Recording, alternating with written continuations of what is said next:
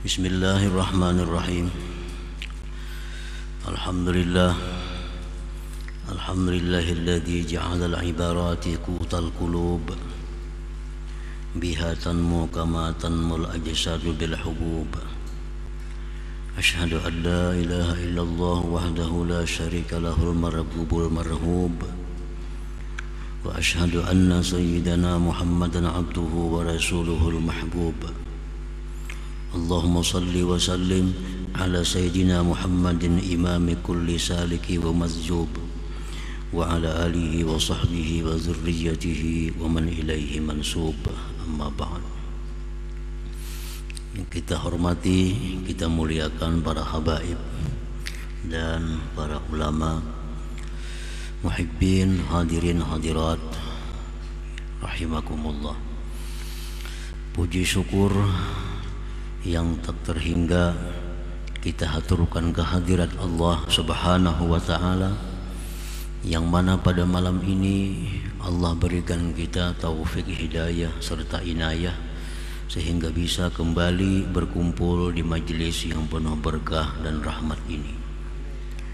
Salawat salam atas junjungan kita Nabi besar Muhammad sallallahu alaihi wasallam dan seluruh keluarga, sahabat, zurriyat dan pengikut beliau ila yaumil qiyamah.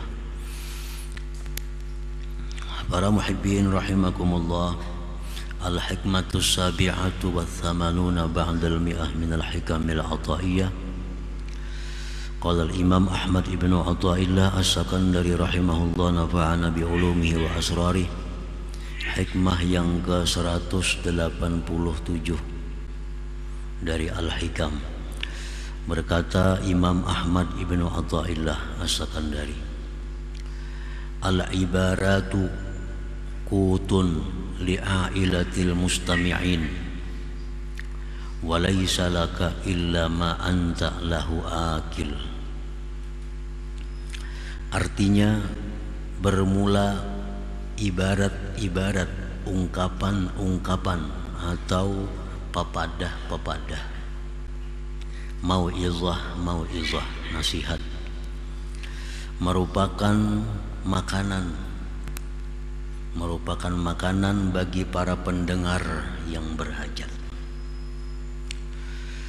Dan tidak adalah bagi engkau kecuali sesuatu yang mana engkau bisa memakannya. Itulah terjemahnya hikmah yang ke-187 ini. Subbihatil ibaratu ay al-mau'izatul muwajjahatu ilal mustami'in bil qut alladhi tanmu bihil ajsad. Diserupakan, diumpamakan nasihat-nasihat, pepadah-pepadah yang diarahkan kepada pendengar. Nah, itu diserupakan dengan makanan.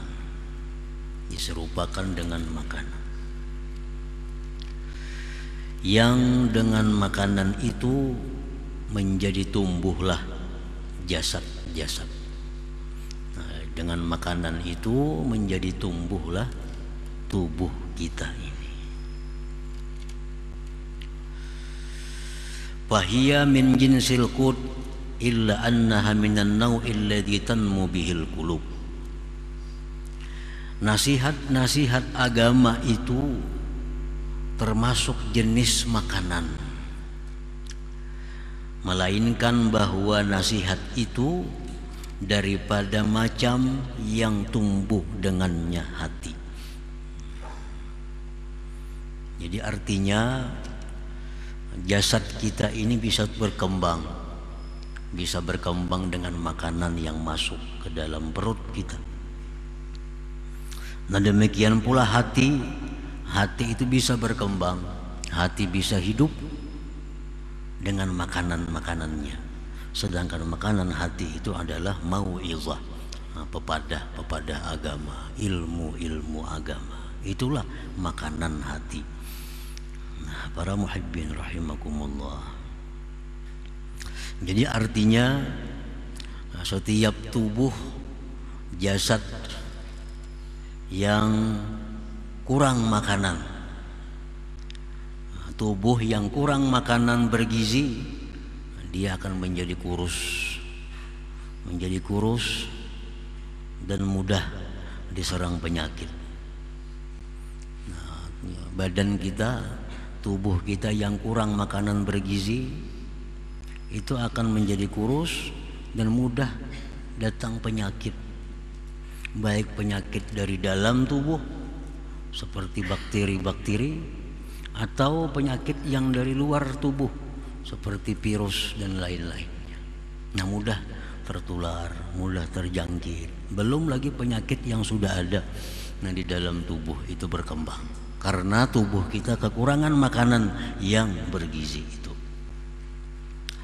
Nah, demikian pula hati kita ini, demikian pula hati yang kurang pemasukan, hati yang kurang mau'izah, kurang pepadah, hati yang kurang pemasukan pepadah yang baik, maka hati kita ini menjadi kurus.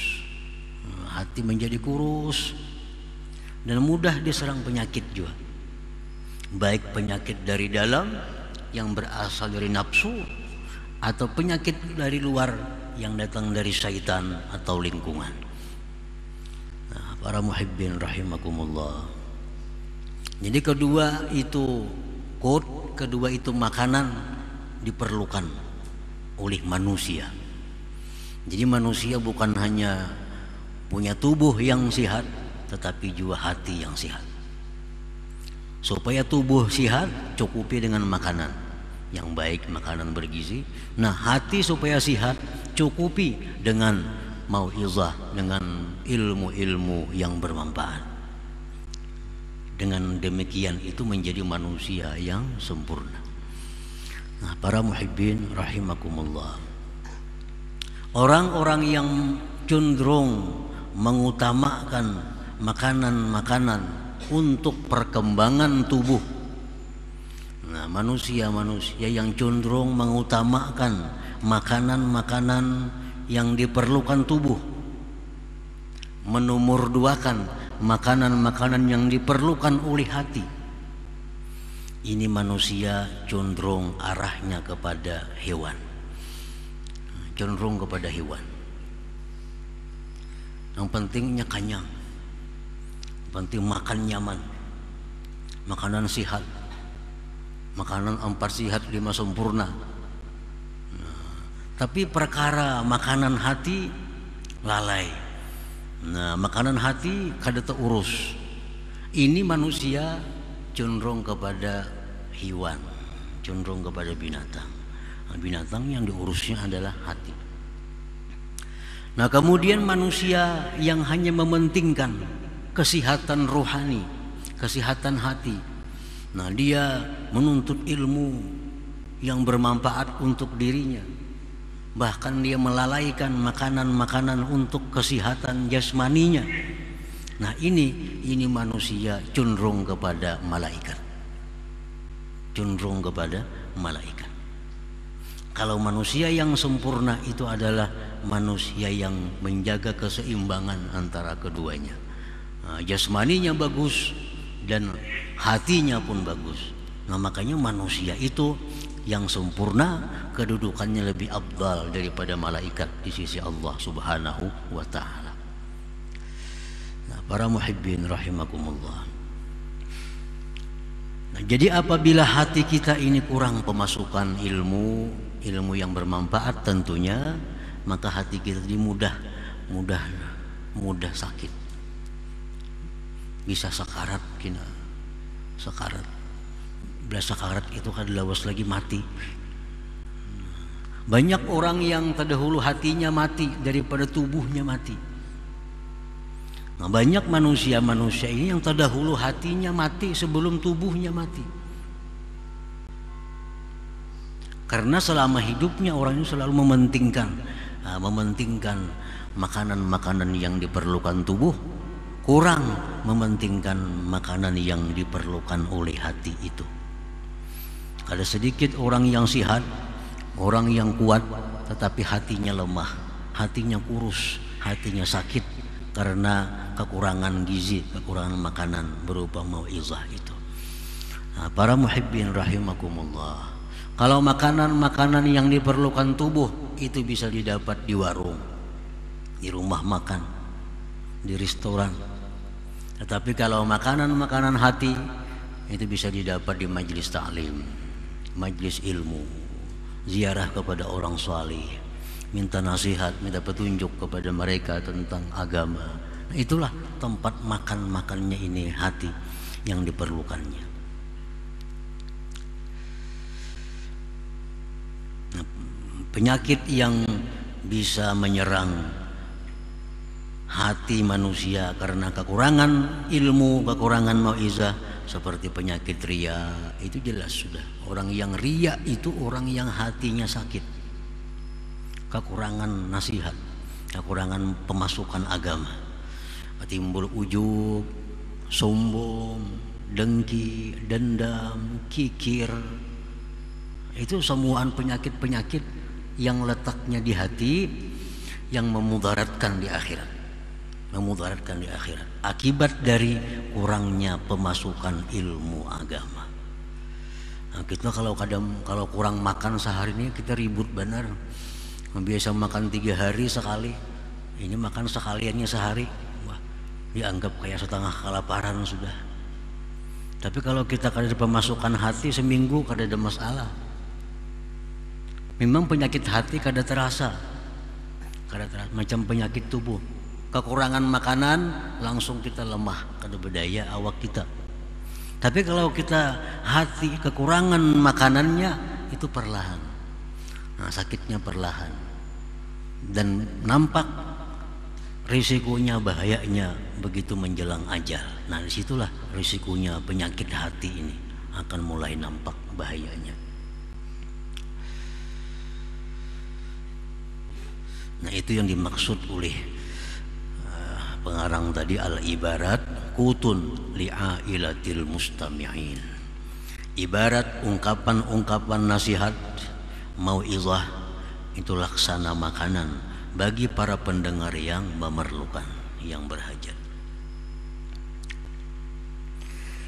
Walakin laisa kullu ta'am salihan nafi'an lil ajsad.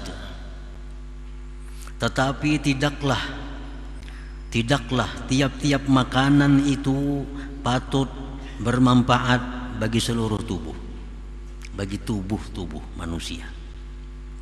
Kada semuaan makanan itu patut bermanfaat bagi tubuh manusia, karena tubuh manusia ini kada sama. Ada nang anum, masih kekanakan, ada nang remaja, ada nang setengah dewasa, ada nang tua berpenyakitan. Jadi kada semuaan makanan itu bermanfaat bagi jasad, bagi tubuh. Li'anna minat ta'am ta'aman yadurru ba'dal ajsad, karena ada makanan yang membahayakan bagi tubuh, bagi sebagian tubuh. Li'anna minat ta'am ta'aman yadurru ba'dal ajsad, karena daripada makanan itu ada makanan yang membahayakan sebahagian tubuh manusia. Bagi orang ini mungkinnya makan ini kada apa-apa, tapi bagi kawan kita kalau makan itu bahaya. Nah, jadi makanan itu walaupun pada dasarnya makanan itu bagus, baik, bermanfaat, tapi tergantung nang memakannya nih. Nah, bagi orang ini makan nasi, makan itu, makan ini menyehatkan tubuhnya. Bagi kawan kita membahayakan. Bagi kanak-kanak yang umur masih bayi, makan kerupuk, makan kacang membahayakan. Kenapa? Karena perutnya masih belum mampu untuk itu.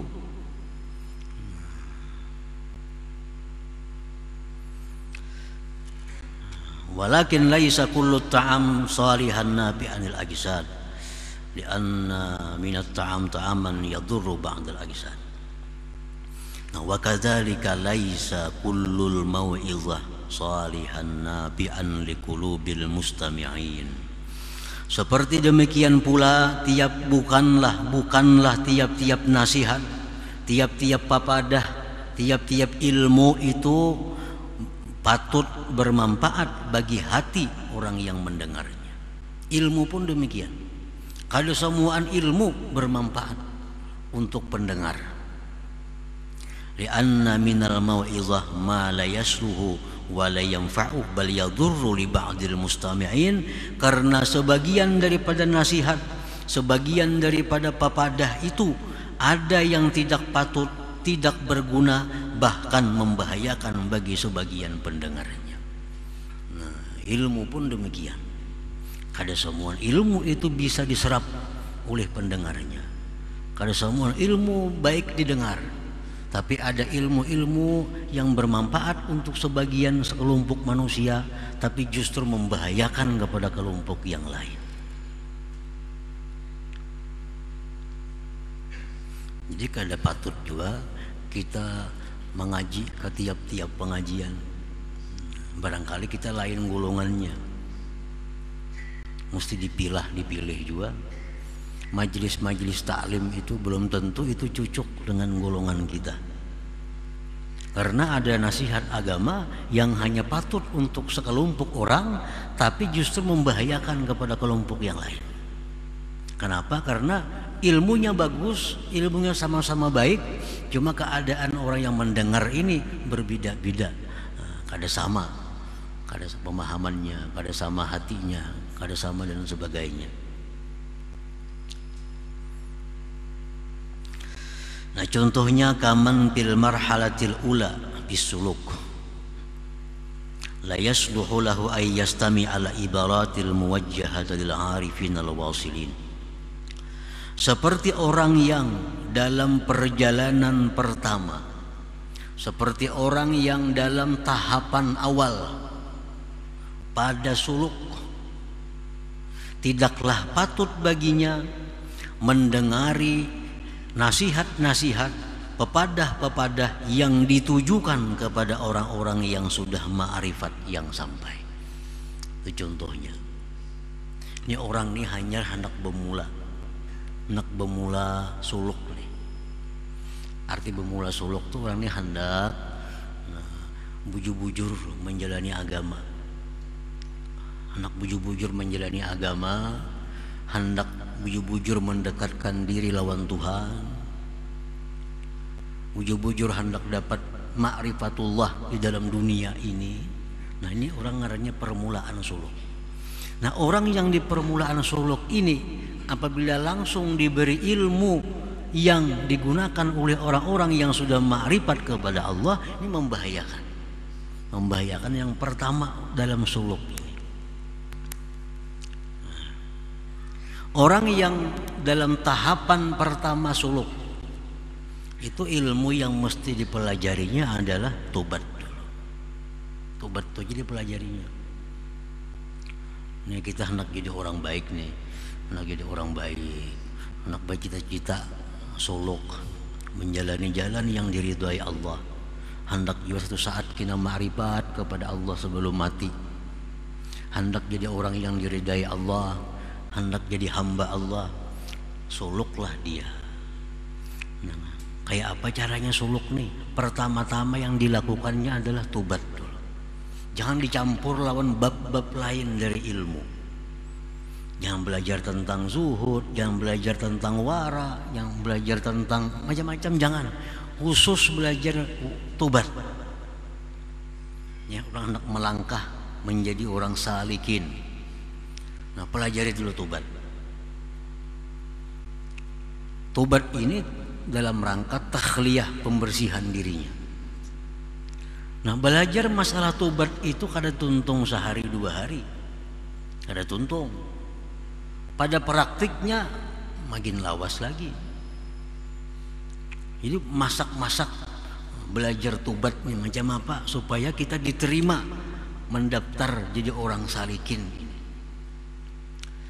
Nah, jadi tobat itu artinya menyesali perbuatan dosa, berhenti melakukan dosa-dosa, mencita-cita kada akan mengulang lagi.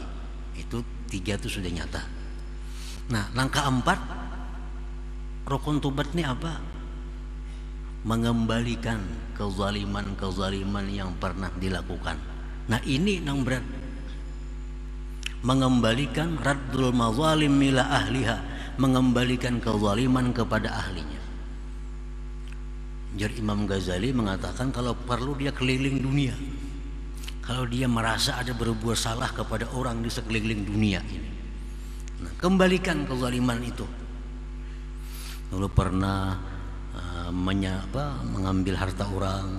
Nah, orangnya ini sekarang berada di Saudi. Nah, kirimkan ke Saudi, bebaskan kezaliman itu. Dulu pernah ada memfitnah orang. Nah, dipitnahnya orangnya sekarang di Afrika. Datangi ke Afrika sana. Dalam Ihya disebutkan demikian. Dulu pernah kita menyakiti orang. Mana orangnya? Kita lihat lagi, cari orangnya di mana? Oh, orangnya di Singapura. Datangi ke Singapura. Nah, ini tahap awal, tahap tobatnya. Ini perlu waktu yang panjang. Nah, jadi sebelum kita mendaftar jadi orang salikin itu demikian. Makanya makin anum makin nyaman. Kada banyak masalah. Orang umur nang hanyar 17 tahun hendak suluk nyaman banarinya. Sudah umur 60, apalagi pelang-pelang buana makin ngalih bener itu. Banyak benar yang diingatakan. Nah, jadi harta. Nah, masalah harta kita diriskan, harta didapat dari jalan apa dulu nih?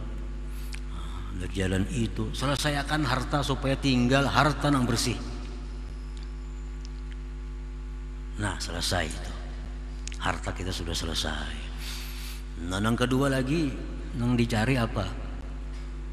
Wadarakul fawaid, memperdapati keluputan. Dulu banyak ada kada sembahyang, nah, bayari. Dulu ada kada puasa, bayari. Dulu zakat kada diris, selesaikan. Nah, ini perlu waktu mungkin berbulan-bulan, bisa bertahun-tahun hanya mengurus urusan tobat ini. Nah, bagi ini orang yang dalam tahapan pertama suluk, jangan hendak belajar ilmu macam-macam, jangan hendak mendengar pengajian sana sini, itu aja diurus. Tobat dirisakan bujur-bujur.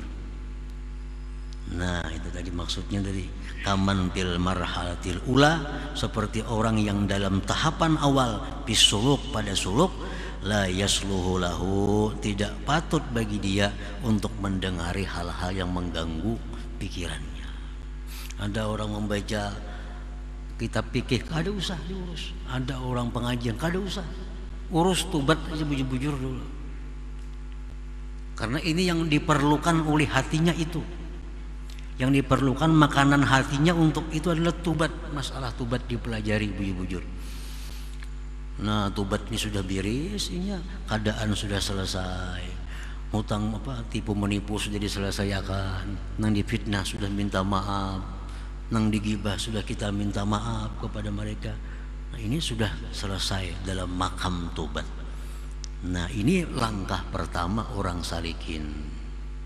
Kalau sudah sampai di situ, hanya naik kina ke tahapan kedua, ke makam wara. Wara ini menjaga diri. Ini sudah bersih nih, udah tobat dah. Harta nang kada diberisakan, harta pun orang dibulikakan, sudah bersih. Nah, pelajari masalah wara. Wara ini menjaga diri nang bersih, jangan sampai kotor lagi, jangan sampai rigat lagi. Nah, belajar pulang masalah wara nih. Itu aja yang dilajari dulu. Jangan belajar yang lain-lain. Dirisakan masalah bab wara sampai selesai, sampai mengerti, sampai diamalkan. Nah, itu tingkatan-tingkatan orang yang hendak suluk. Nah, jadi orang nah hendak suluk macam ini kada patut mendengar ilmu-ilmu, walaupun ilmu agama, tapi yang kada ada hubungannya dengan itu kada patut baginya, karena merusak pikirannya, konsentrasinya rusak. Nah, jadi ilmu itu bagus, tapi bukan untuk semua orang. Ada orang-orang yang baginya kada bagus ilmu ini yang bagus. Nah, tergantung keadaan yang menuntut dia untuk mempelajari ilmu itu. Walidzalika abta Ibnu Hajar al-Haytami bihurmati qiraati kitabil Futuhatil Makkiyah wa istima'ihi bihaqqi man lam yata'ahhal li fahmihi li'anna bihi ibaratin muwajjahatan lil 'arifin al-wasilin. Oleh karena itu berfatwa Ibnu Hajar al-Haytami haram membaca, mendengari kitab yang namanya Futuhatul Makkiyah karangan Imam Ibnu Arabi. Haram belajar kitab itu pada orang-orang yang belum ahlinya memaham itu. Haram. Jadi ada kitab-kitab agama yang haram kita belajar, haram mengajarkannya. Kalau yang diajari ini belum ahlinya, belum sampai tingkatannya ke sana. Li'anna fihi, karena dalam kitab itu ada ibarat-ibarat yang diarahkan untuk orang-orang yang arif dengan Allah yang sudah wasil. Nah, kalau kita masuk ke sana membahayakan kita karena kondisi kita belum sampai ke sana. Nah, para muhibbin rahimakumullah, Rasulullah sallallahu alaihi wasallam bersabda, ma ahadun yuhadditsu qauman bihadisin la tablughuhu uquluhum illa kana fitnatan ala ba'dihim. Ujar Nabi, tidak ada seseorang yang mengajarkan kepada suatu kaum dengan pelajaran yang tidak sampai akal mereka ke sana. Nah, akalnya kada sampai ke sana. Ini orang ini hanya belajar parukunan, hanya belajar parukunan, hanya belajar sifat 20, akalnya nggak situ aja hanya.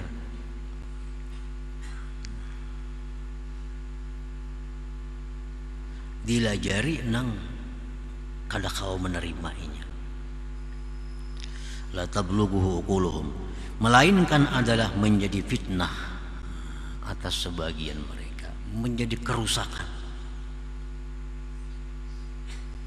Menjadi kerusakan. Pada setiap ilmu-ilmu agama ini pada intinya adalah mendorong seseorang untuk makin rajin beribadah kepada Allah zahiran wa batina, zahir dan batin.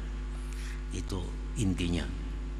Kalau ada pelajaran-pelajaran agama yang melemahkan salah satu keduanya, berarti itu salah pemahaman. Setiap ilmu agama ini intinya adalah mendorong kita meningkatkan ibadah zahiran wa batina kepada Allah Subhanahu wa taala. Apabila ada pengajian-pengajian, pelajaran-pelajaran yang melemahkan salah satu keduanya, itu pengajian yang salah pemahamannya. Baik gurunya yang salah atau muridnya yang salah memahaminya. Misal sesudah belajar ilmu itu sembahyang pina kulir, bebirit pina kada bebirit lagi. Nah, ini berarti ada kesalahan ilmu, ada kesalahan pemahaman. Ada salah pemahaman. Nah, ini fitnah ngarannya. Orang dulunya taat lawan ibu bapak, imbah mengaji, wah ini wani lawan kuitan. Ini ada masalah pelajaran nih. Ilmunya bagus, mungkin nang mengajarkan ini keliru atau inya belajar kada sampai memaham. Pada setiap ilmu yang diajarkan Rasulullah itu pasti untuk meningkatkan kita ibadah kepada Allah baik zahir maupun batin. Kada mau timpang. Kada mau timpang. Nabi kita contohnya, contoh paling sempurna adalah Rasulullah SAW. Zahir beliau ibadahnya sempurna, batin beliau pun sempurna. Nabi sembahyang sunat, puasa sunat, sembahyang berjamaah. Itu Nabi. Itu ibadah zahirnya. Kalau hati Nabi sudah kada ada kisah lagi. Nah, itulah contoh pelajaran Nabi, bahwa yang diajarkan Nabi itu meningkatkan ibadah kita kepada Allah zahir dan batin. Kalau kita belajar ilmu membuat kita lemah salah satu di antara dua ibadah zahir atau batin, berarti ilmu itu ada masalah yang kita kada paham, atau yang mengajarkan kada memberi paham yang bagus kepada pendengarnya.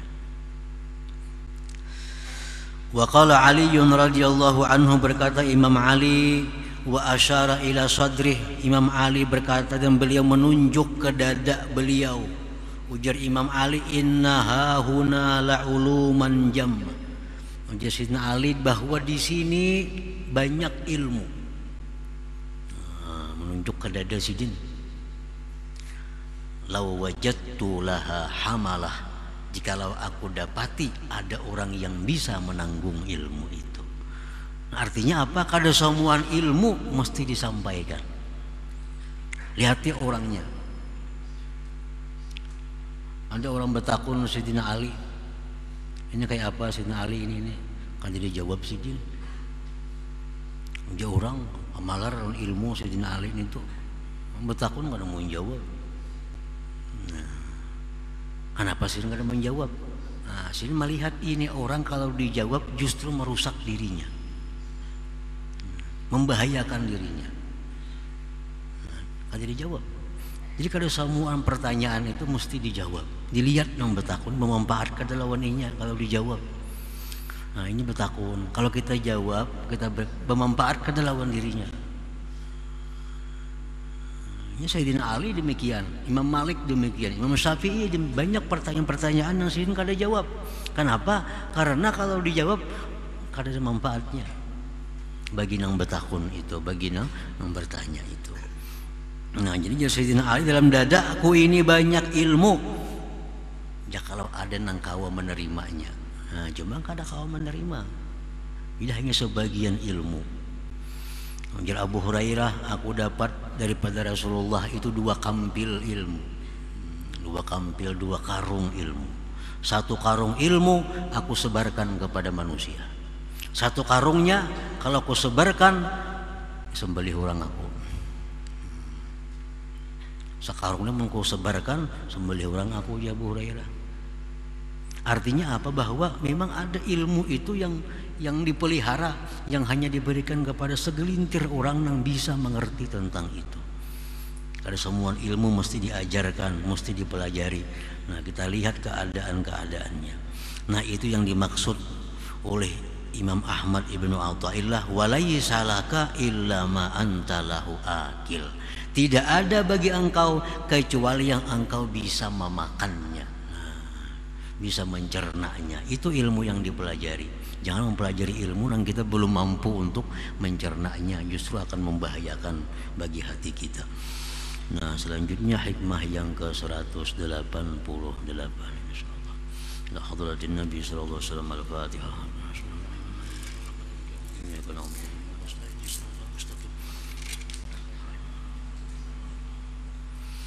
يا الله بها يا الله بها يا الله بحسن الخاتمة يا الله بها يا الله بها يا الله بحسن الخاتمة يا الله بها يا الله بها يا الله بحسن الخاتمة فيا يرجون منه شفاعة صلوا عليه سلموا تسليما.